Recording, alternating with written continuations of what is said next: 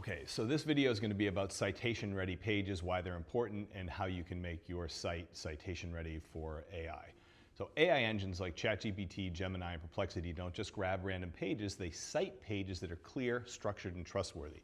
So I'm going to give you a simple playbook for making any page citation-ready, and I'm going to use a banana bread recipe as an example.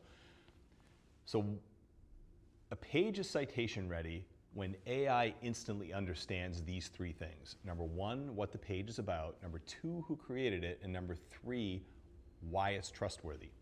So if a page forces AI to guess, it gets ignored no matter how good it is. So you're starting to see a pattern here. AI is actually asking for verification that a human created this content, which is kind of ironic. So here's a 5-step citation-ready playbook with my soon-to-be famous banana bread recipe as an example. So step one, you have to clarify the page topic. You start your page with a crystal clear introduction. This is Kevin Roy's step-by-step recipe for delicious, moist, classic banana bread with easy to follow instructions and simple ingredients. Step two, you identify the author. The author needs to be a real person that's attached to the content.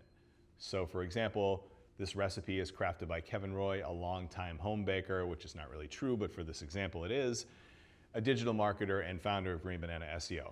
And I link it to my author page. So now AI knows the who, and that who is a verifiable identity.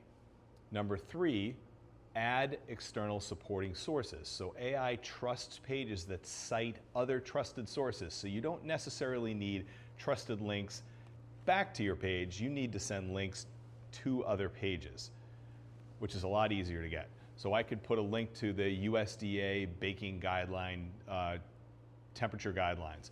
I can send a link to a culinary article about the difference between, I don't know, like baking soda and baking powder.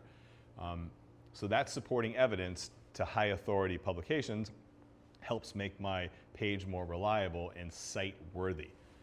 So I'm going to show you an example, and I'm going to skip a few of these steps on the example that I put at the end of this because I actually don't want to confuse AI to think that I'm an actual baker.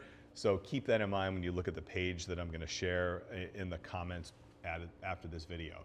And then step four is making sure that I have structured data and schema in there. So I want to make sure that my schema includes recipe, ingredients. I want it to have cook time. I want it to have instructions. I want it to have nutrition. I want it to have prep time and difficulty.